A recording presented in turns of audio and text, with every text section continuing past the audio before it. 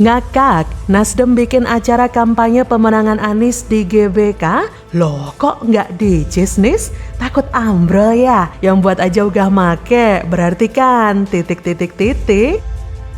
Anies Baswedan yang akan mengumpulkan relawannya di GBK. Lah, kenapa nggak di JIS? Pasti karena takut mati kan? Kan ke teman-teman pas itu adalah acara internal Partai Nasdem.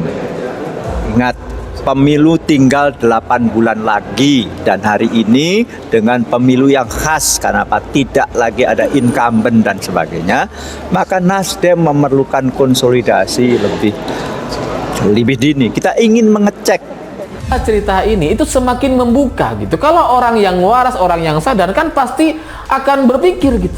Kenapa Nasdem dan koalisi perubahan tidak menggunakan stadion JIS yang dibangga-banggakan sama Anies Baswedan? Kenapa malah menggunakan stadion Bung Karno? Kenapa coba?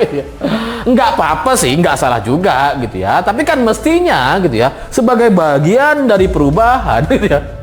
Jangan GBK dong, JIS lah pakai gitu ya. Biar kalian apa? Biar kalau kalian kumpul di sana, kalian bisa mengerti dan merasakan bagaimana perasaan orang-orang yang pernah datang ke JIS. Yang tumpuk-tumpukan, yang susah keluar. Biar kalian ngerasain sendiri.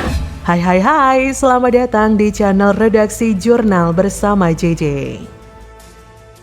Partai Nasdem akan menggelar acara penguatan pemenangan Anies Baswedan sebagai bakal calon presiden pada pemilu 2024. Acara tersebut digelar di Stadion Utama GBK atau Gelora Bung Karno, Jakarta, 16 Juli mendatang. Acara ini juga akan mengundang partai politik poros Koalisi Perubahan untuk Persatuan atau KPP, yaitu Partai Keadilan Sejahtera dan Partai Demokrat. Lebih lanjut, acara ini juga akan diisi dengan pidato dari Ketua Umum Partai Nasdem, Surya Paloh. Selain itu, Anies juga akan menyampaikan pidato kebangsaannya dalam acara tersebut. Nah, ketika disinggung kemungkinan acara tersebut bakal jadi momentum pengumuman bakal calon wakil presiden Anies, panitia mengatakan hal tersebut bisa saja terjadi. Sebenarnya tidak ada yang salah dengan acara kampanye atau apalah itu, tapi yang menjadi sorotan publik adalah penggunaan GBK sebagai tempatnya. Karena seperti yang kita tahu selama ini jika Anies sering banget mengkampanyekan Jakarta International Stadium atau JIS sebagai stadion kebanggaannya dan para pendukungnya. Tapi ternyata setelah dinyatakan gak layak dan tidak sesuai dengan standar oleh PSSI dan FIFA, serta ada insiden ambruknya tribun JIS, menjadikan Anies gak mau lagi menggunakan JIS dalam kegiatan apapun. Ini juga bisa jadi bukti loh jika JIS memang stadion gagal. Anies dan pendukungnya lebih memilih GBK daripada JIS yang Anies bangun. Selain itu, ini juga membuktikan kalau JIS itu cuma cocok untuk kegiatan agama saja.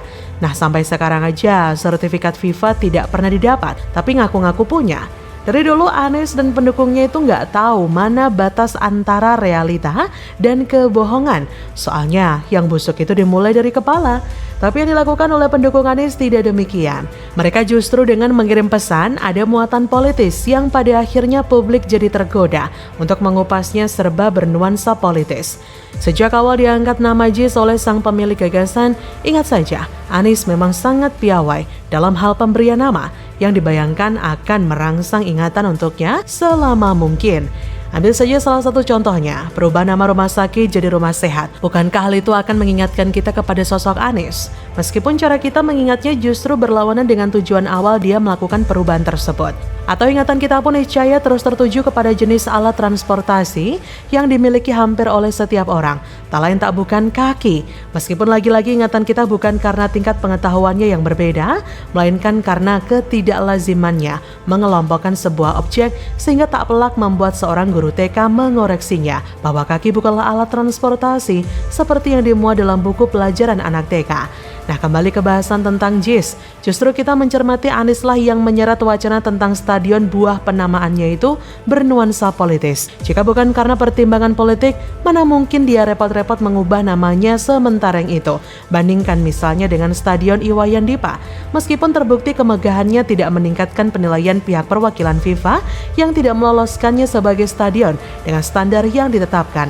Kesimpulannya, justru para pendukung Anies lah yang mempolitisasi JIS demi mengharumkan nama junjungannya dan bukan seperti kekhawatiran mereka seolah-olah renovasi yang diinginkan pemerintah sebagai bermuatan politis. Selain itu, Anies sendiri juga berharap bisa menggunakan JIS untuk kegiatan-kegiatan politik lain, tapi nyatanya Anies dan para pendukungnya malah mengingkarinya dengan memberikan anggapan jika JIS memang bermasalah dan tidak sesuai standar.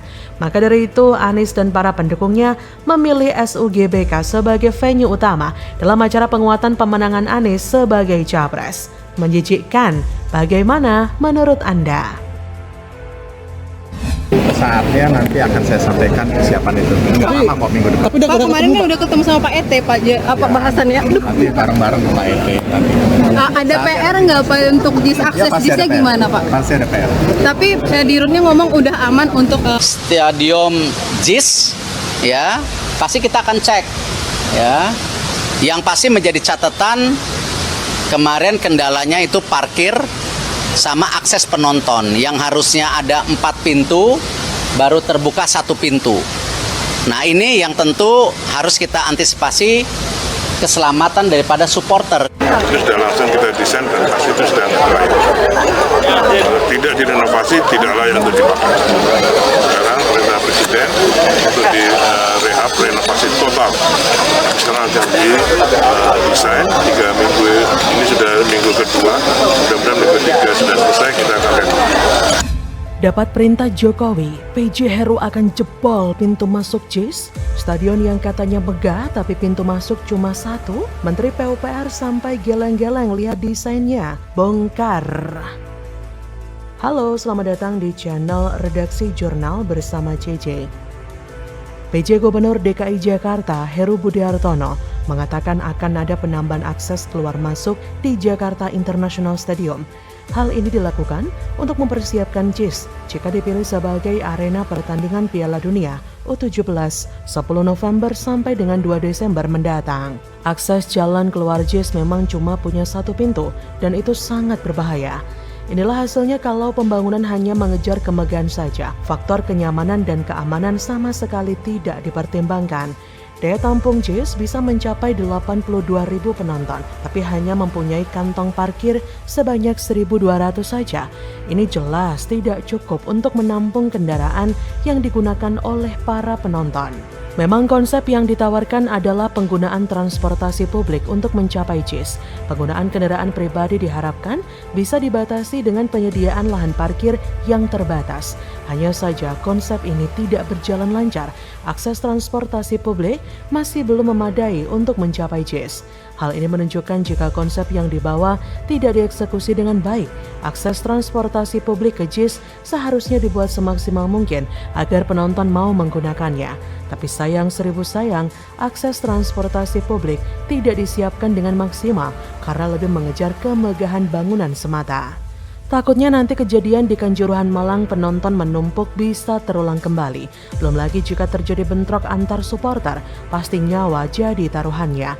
Bisa dibayangkan potensi keributan antar supporter jika kericuan akses keluar ini terjadi sesudah pertandingan sepak bola. Beruntung Presiden Jokowi akhirnya turun tangan memerintahkan Menteri BUMN Erick Thohir, Menteri PUPR Basuki Hadimulyono, dan PJ Gubernur Heru merenovasi atau perbaikan megaproyek yang gagal itu agar bisa dipergunakan sesuai peruntukannya. Tentu saja Jokowi yang sangat infrastruktur minded itu tidak mau jika fasilitas olahraga semahal itu setahun ini mubazir dan dibiarkan begitu saja. Padahal Indonesia sedang berada pada titik motivasi mengukir prestasi sepak bola yang tinggi.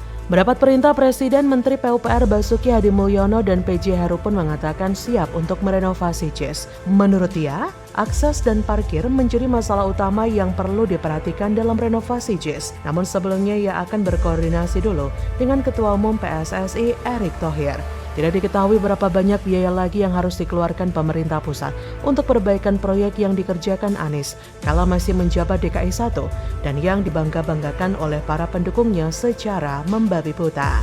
Bukan soal besar atau kecilnya anggaran renovasi JIS yang akan dikeluarkan pemerintah pusat. Namun pada kasus inilah fakta yang paling nyata terlihat bahwa seorang Anies bahkan tidak becus dalam perencanaan hingga eksekusi. Pengawasan pun lemah. Untuk urusan proyek yang nilainya 5 triliun saja dia tidak becus. Apalagi urusan perumahan dan permukiman warga, itu saja tidak beres. Bagaimana mau jadi presiden? Sadar dong Bung. Kalau bukan karena ada dana pen sebesar 5 triliun, lebih baik biarlah bangunan megah itu menjadi monumen saja. Monumen kegagalan seseorang yang berupaya membangun citra hebat dengan membangun stadion tanpa rencana matang dan asal megah. Anies itu terlalu keras kepala, susah diajak maju. Ia berjalan di jalurnya sendiri meski jalurnya kadang menuju ke jurang. Orang lain menganggap Anies konyol, dia tidak peduli. Jadi ada masalah apapun biasanya dia tidak akan banyak perbaikan. Jadi ada masalah apapun biasanya tidak akan ada banyak perbaikan. Jadi bagaimana menurut Anda?